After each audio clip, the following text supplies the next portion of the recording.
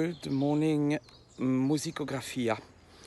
My name is Christophe Szpajdel, and I've been designing logos since the early 80s. I've been a metal fan in the early 80s, and the first logo I did for a band was actually in 1989 for a band called Morbid Death. Let me just first introduce you where exactly I am. I am at the moment in a place called The Glade at Dartington Estate in South Devon, near Totnes. And you can see this is an amazing reconnection with ancient prehistoric times. You know, as humans were back in an epoch where time had no significance and where everything was just timeless. They were doing this kind of bâtisse, this kind of edificios. And it's just something I wanted to share with you because it's just something of outstanding beauty, how humans could actually reconnect with nature.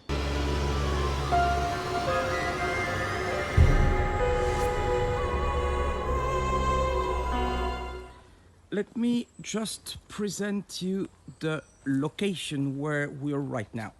It is the Glade in Dartington Estate, South Devon. It's near Totnes. It's in the south of England.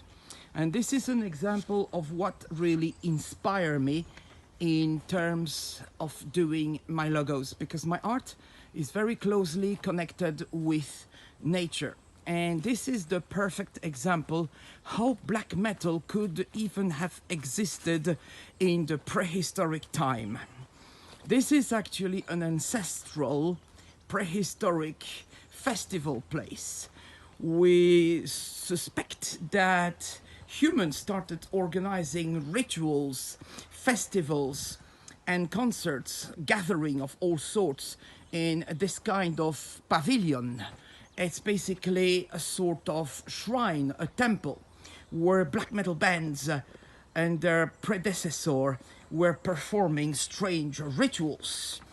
There wasn't any electric guitars, nor bass, nor drum, but they were equally thundering instruments like the tympanon, or like the pandura, or like the ancestral gaffophone, or the gaval, which were the predecessor of our instrument.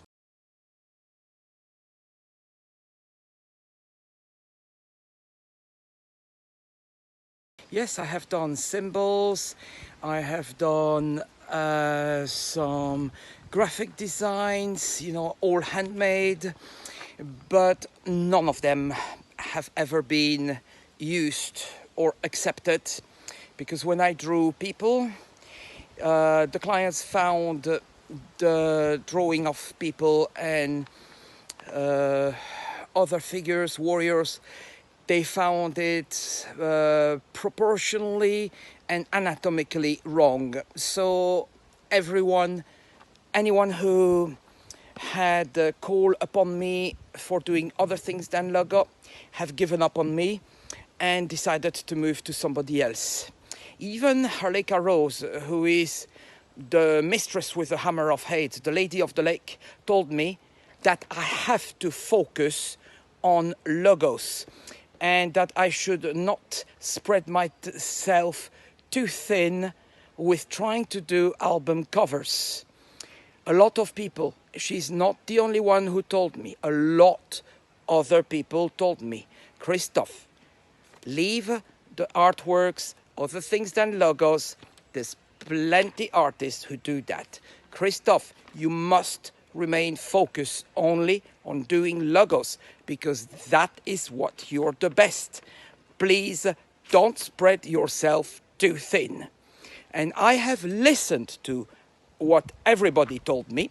So for anything other than logos, I am delegating the task to many artists I know, like for example Helen Ellie in Cornwall, Bodmin, Caroline Wallis, Truro, Cornwall, David Glomba, Slovakia, Wojciech Munrut, Dubek, Czech Republic. There are so many amazing album cover artists, like Dan Seagrave, if you're looking for something more expensive, or like Repka, who did the Death album covers, or like Juanjo Castellano, who did actually the design here for the When at Night logo.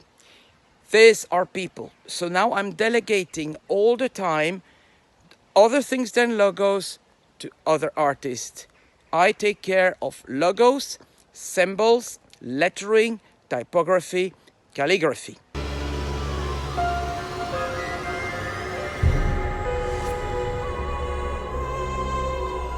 We're here in a mythical place, a legendary area called the Dartington. So let me go to the edge.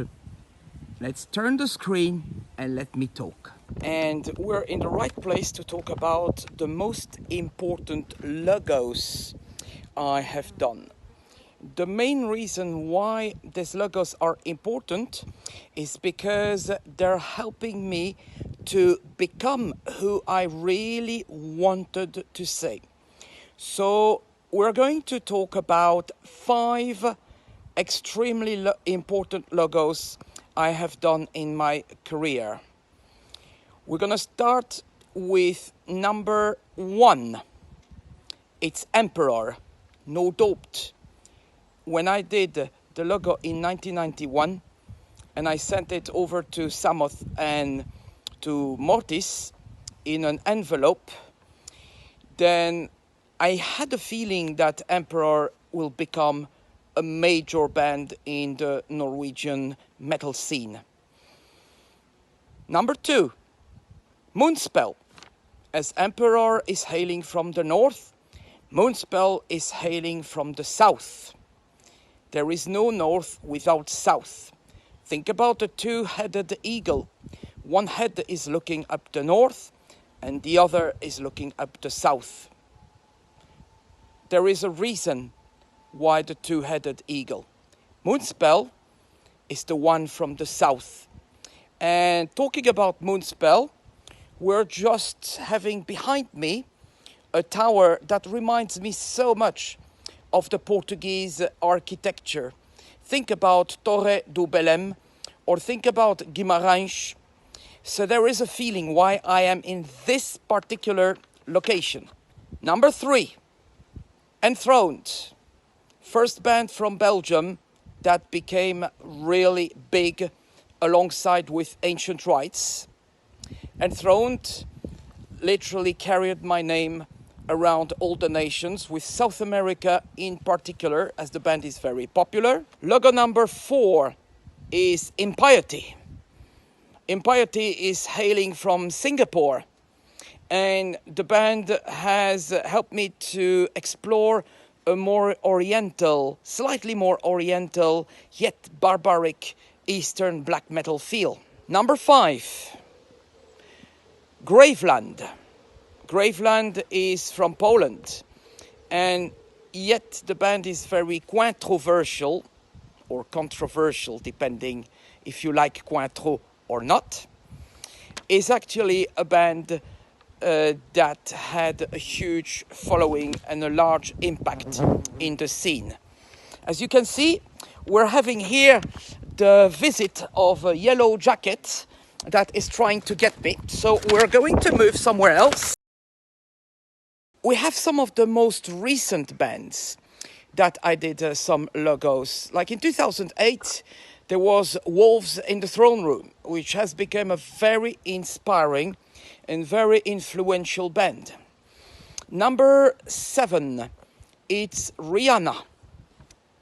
Rihanna is actually not a band, it's a pop artist, and she wanted a sort of death metal logos inspired by Sepultura, Metallica, and so on. Number 8, Mandy, the movie with Nick Cage. Again, not a band, but something different. So all these logos here are very important. We'll go now to number 8, 9, and 10. So we have a few more bands. I would like to say it's Primigenum, because it's a Spanish band and because they play raw black metal straight to the point. Not many people know them, but it's a band I was really fond of. I also did a black metal logo for Trivium. That was for a limited output. And also for a band called Deformatory from Canada.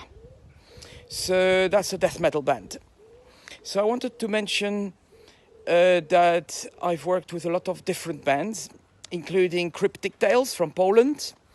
And as we're speaking right now, I am completing the logo of a Brazilian band called Sanctifagos.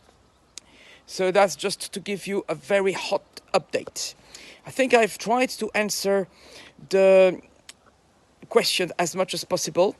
I would like to say sorry for all the interruptions, and I would like to say thank you for the yellow jacket that has been trying to be on the screen, to try to take a selfie. Make sure that this appears in the video. That yellow jacket trying to take a selfie.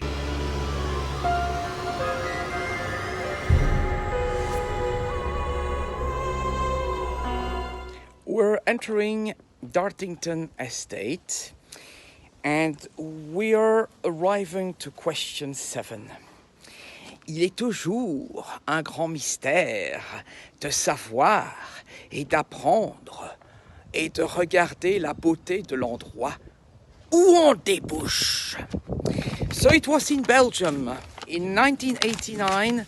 The first functional logo I did was for a band called Morbid Death. But the band never really made it to, because then they've changed name to Blaspherium. And after then, they became Enthroned. So talking about some very first bands I did the logo for, was also a band called Epitaph in 89, and Morbid Noise compilation, and then a Finnish band called Disgrace. Because actually, Disgrace, they made it big. And with 2 of the albums, they made my logo sailing the large roads. What you get by achieving your goals is not as important as what you become by achieving your goals.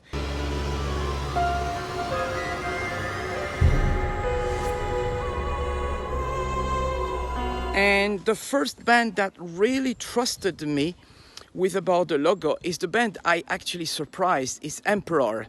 On top of that, the first band I really had a clear idea how to do a logo for was Impiety, because they had a very bushy logo. And I resolved to design for them a very clear and instantly recognizable logo. The logo of the Singaporean band Impiety. Another band that really trusted my talent is, without any doubt, Wolves in the Throne Room, for a clear idea of a vertical logo.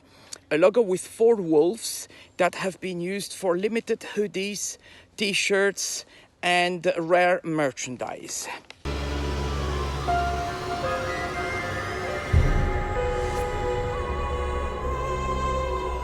I would say my favorite is Emperor, because it's memorable, unique, instantly recognizable, and something that can be seen, spotted,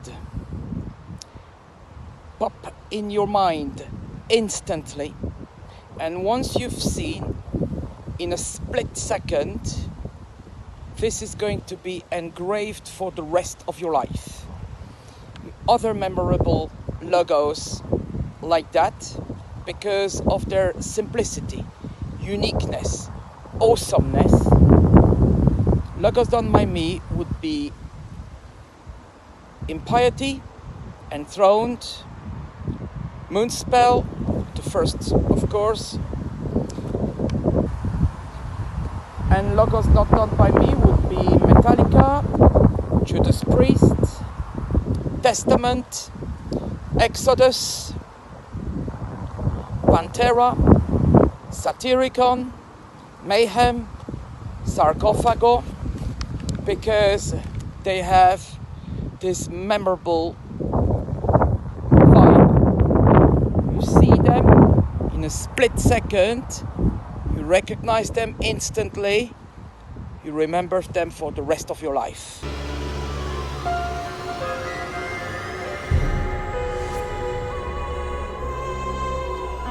I remember having very well worked with Primigenium from Madrid, Perennial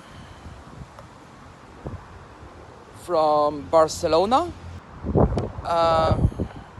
Impacto Fecal from Murcia, which then became Dyspraxia, and César El Garulo has a new band called Carolan.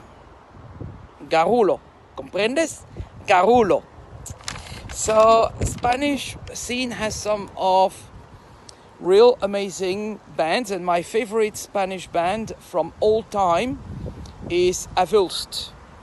They are the band that I truly adore. They are death metal as it should be. Perfection is found in imperfection. It's raw, spontaneous, and it comes straight to the heart. Not mixed, no big squeal, no melodies, no unnecessary melodies, but straight death metal. Avulst is the band that keeps very high the flag of Spanish metal. Not just Spanish death metal, but Spanish metal in general. I have seen them live, and every of their show was simply mind-blowing, amazing, so powerful. Talking about other Spanish bands I really like, it's Catharsis, it's Asgaroth, but they are not bands for who I've done their logo. I don't remember having worked with many Spanish bands, but I definitely remember having worked with bands. Not all of them went very high, but the most important between the client and the artist is chemistry.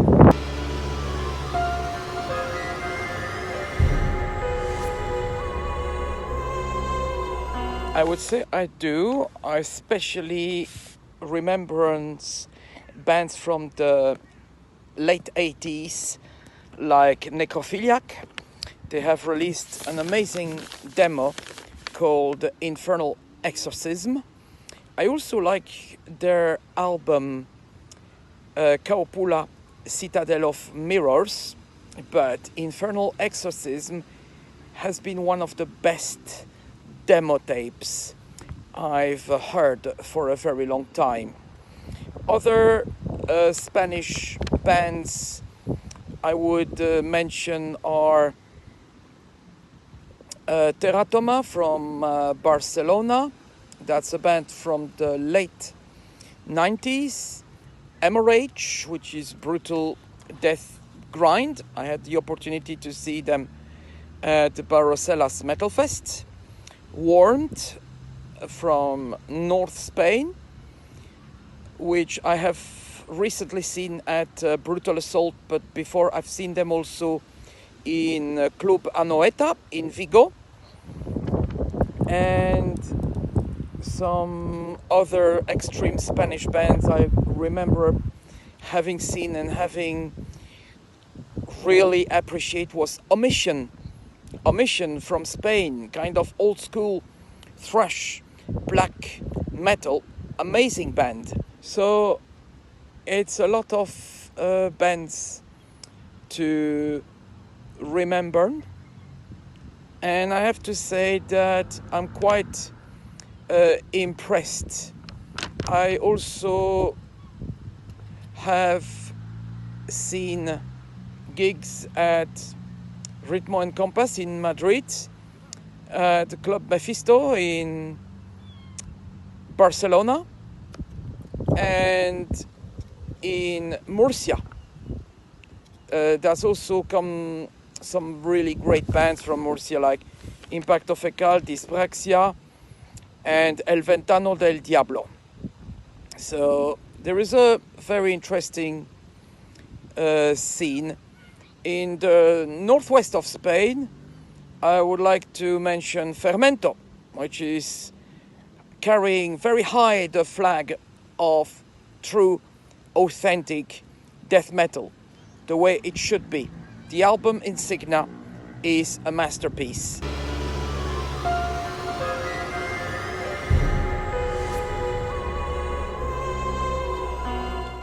Yesterday we have arrived at question 11, and I was at Devonport in Plymouth. That's also where Francis Drake has stopped the Spanish Armada.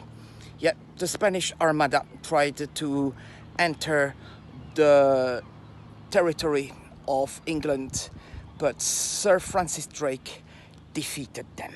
Well, I've been on many tours, especially with Metallica across Europe.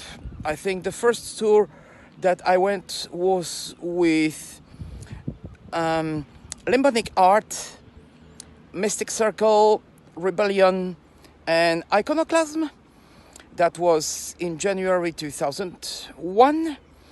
And then I had the chance to go on the No Mercy Festival, where I had the chance of meeting a German death metal band called Impending Doom, who was doing the support, and many other live shows. Anecdotes are very numerous, but I just can't remember them right now. Let's go back with the anecdotes. Metal Mania 2018 in Poland.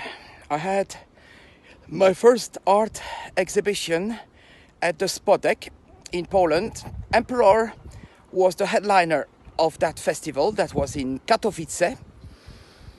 Brutal Assault last year was an incredible get-together, as well as Inferno Metal Fest, where I had a catch-up with Anders Odden from Cadaver about the get-together, about my process of creation of logos, because I gave a conference talk alongside with Hélène Segara.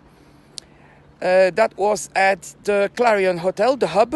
I had a dual exhibition, once for my quotes and business-oriented success quotes. That was at the Clarion, the Hub Hotel, and all the rock metal bands logo at the Rockefeller in the center of Oslo, about 300 meters from the hotel. Lots of encounters, lots of get-together, lots of retrouvailles.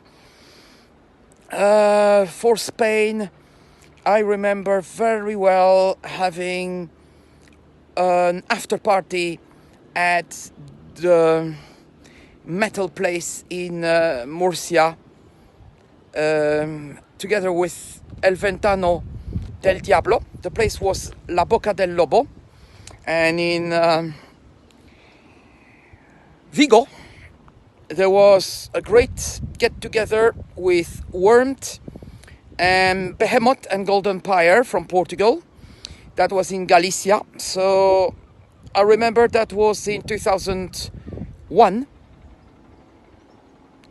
With all that being said, the COVID has caused me to be sedentary for a while and opt for virtual exhibitions.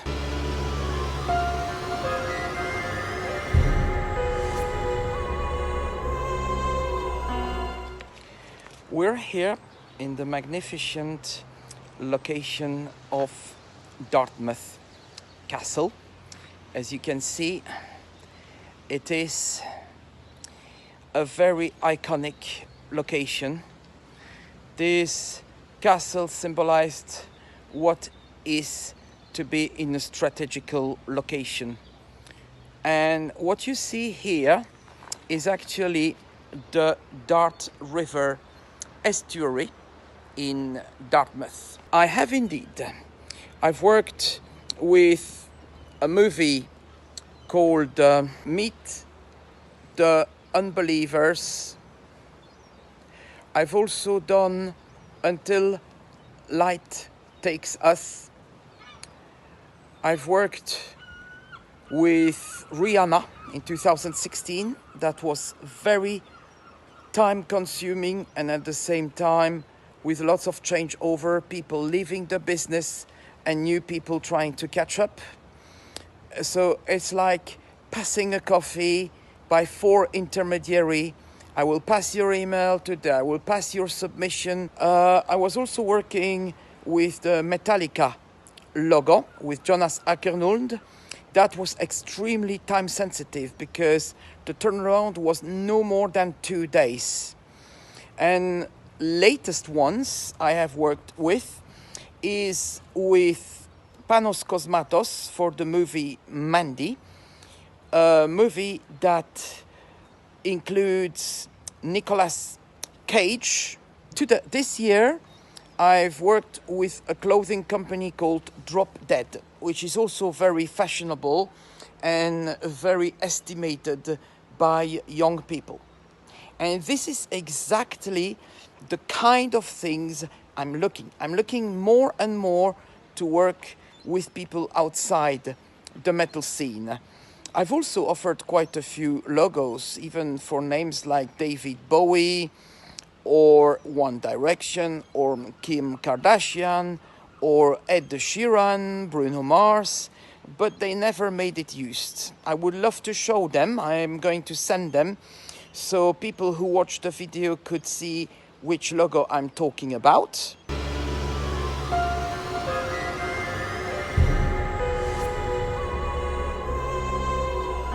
Well, I have taken part in compendium books, actually books like Logos from Hell with Mark Riddick, one book by Laria Hayes that compiles different artists.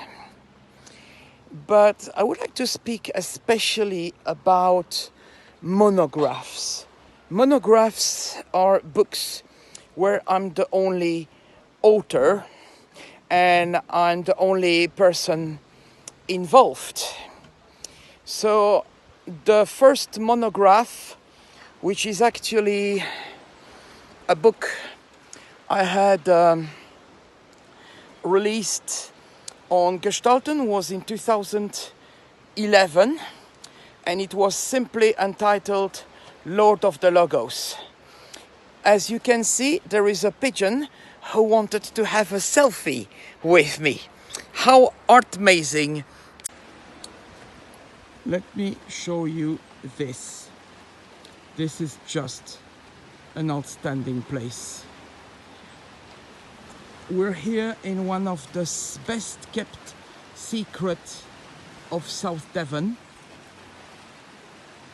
and we're just witnessing the splendor of nature.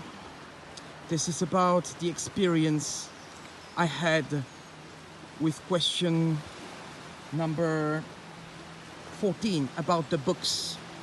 Actually, in Lord of the Logos, this particular area is found in one of the pictures. This is the Dart River estuary. So the second book I released, it was called Archaic Modernism. This was the fruit of many years. The idea started bulging in 2012, but it started branding out Originally, I was supposed to release that book with a few artists in New Zealand, like Kerimei Zagrobelna and Nick Keller. But finally, after many years, the idea got slightly changed. From ancient modernism, it turned into archaic modernism when I met Giulio Di Mauro, who visited me at Exeter, and Alex Milazzo, because he has written an interview for Heavy Music Artwork magazine. So Alex and me have discussed about the idea of archaic modernism.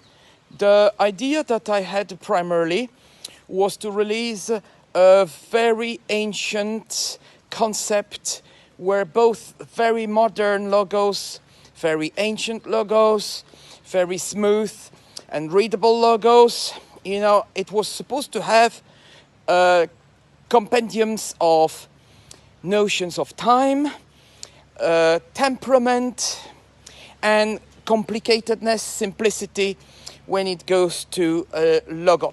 So already the idea was to have a lot more text in the book, because Lord of the Logos Volume 1 was slightly too static. Well, there were a few tensions during the whole process of the book, but very happily the book was released in December 2020. The lockdown, the pandemic, was actually an opportunity, because remember, never let a serious crisis or fiasco go to waste, because it gives you the opportunity, privilege, and responsibility to achieve something you could never have achieved before. So finally the book got released, and I was there on the 11th at the Heavy Music Artworks headquarters.